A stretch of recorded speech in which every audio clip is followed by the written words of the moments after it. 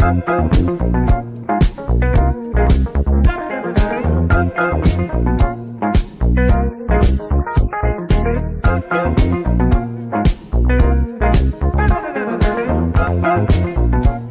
name is Yvonne Maria Mowat. Oh, I am 78 years old. I was born in the Republic of Panama, December 8, 1945.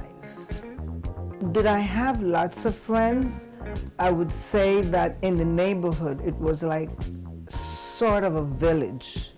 Everyone took care of everyone else. My mom never let me go anywhere. The only place I could go really and freely, and this was at 6 years old, was to the church. The church was across from my house, so I could actually go there at any point or at any time. I went to Pedro J. Sosa. That was an elementary school. We woke up at 5 in the morning. I had to walk it. It was, I would say, like looking at where we're at right now. It's like about 6-8 blocks. I had lots of fun. I was mischievous because my mom, you know, those days they iron your clothes and it's really stiff and, you know, white shirt, I would say, blue skirt. And I remember coming home one day and following my friends and going up on the hill, and it was red dirt, and I fell, and my mom never forgot. During my growing up, you know, my school years, I really had a lot of fun, but I also studied.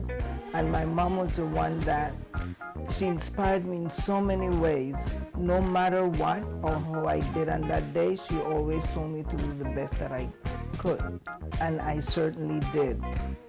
One thing I will take from my mom, and you notice that I do that a lot, is her smile. That is something that will always stay with me, her smile.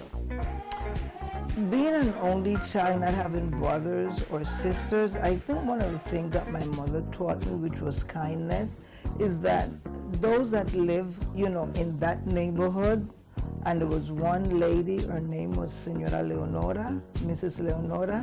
She had 13 kids, and my mom used to like to take care of others or feed them or whatever, and she had 2 daughters, and those daughters were my friends.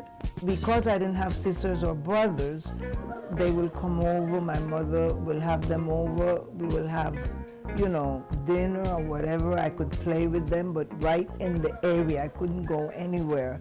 And being an only child, the other thing that my mother taught me also is that not everything I asked for, I could get.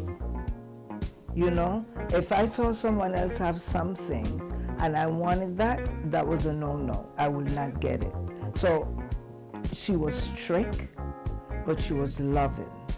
And she taught me not to want what others have, but also when it's the right time and dependent on your behavior, then you will receive what you ask for. The age I left from Panama to come to the United States of America was 18. It was not my dream to come to America, but because my dad had already built a life over here and he wanted a better life for us. At that point, my mom and I came to the United States of America. I had already been offered a position over there to work, but then at my age, at 18, which today is very different, you know, at 18 you do what you want as an adult. At that time, you don't do that, you follow your parents wherever they went. And I came with my mom, and I started a new life in a positive way, never giving up. I didn't know English, to be honest with you. What I knew was very basic, so I went to school for that. And I remember my first job, I wrote everything down, what my name is, when I graduated. Whatever question I feel that they would ask at the interview, I wrote it down. And because I didn't speak the language as fluent as I would like, I started as a typist. But my position ended up as a second vice president at Chase Manhattan Bank because I studied. It wasn't easy. But I studied, I worked hard, and I got to that level of serving others and always serving them with a smile. What it was like leaving my country, I would say I was happy because I was going to see my dad. But at the same time, I felt nostalgia. And one thing I did promise myself is that I will never forget my language nor where I came from. And that is something that I maintain until today, and I will tell any other youth, you maintain your culture, you maintain your language, and I am proud of that. Ophelia was born on April 15, 1972. I had Tamara Itzel the following year, December 23rd, 1973, and that made me so happy. That was an happiness to have my both daughters. Well, the grandchildren, Ophelia and Eric, got married, and then came Erica. Erica was my first granddaughter. And then I had Eddie Carlos. Then Tamara and Keon got married. I saw Natalia born. Then came Keon, Melania, and June 19, and David was February 17.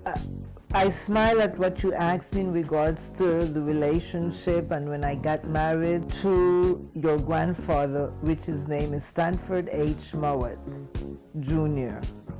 It was an amazing relationship the way we met, and I would have to say that my parents, you know, that generation of parents at that time were very strict. I could not go anywhere without letting my mom know. And what was so beautiful about it, that Stan was respectful. I told him, I said, you have to come meet my parents because I can't go anywhere. And I, you know, in those days you didn't, I would say just bluntly, you didn't lie, because they would know. So he came, I remember I was so nervous. He met my parents, and his family just adored me. And my mom also had a great respect for him and loved them as well. And he went away to Vietnam. He came back in 2 years. We got engaged, we got married, we got our kids. And what was beautiful about that relationship, that it was centered in God. That's the focus, it was centered in God. But what was number one was respect, love, communication. And with that, everything that we did together, you know, we talked about it. Like when we had our two beautiful girls, to us that was like an amazing thing. We did a lot of traveling in the sense of including the girls and going on vacation. We lived in Brooklyn in Stoddard Place, and then after we moved to Long Island, girls went through to school here, and then they went into college. We celebrated, each year we will celebrate our anniversary, whether we could go away or not. In regards to the relationship, I will always thank God, not for the moment that he went to heaven, but for the moment that we spent together. To me, that's the most beautiful memories that we will always remain in my heart.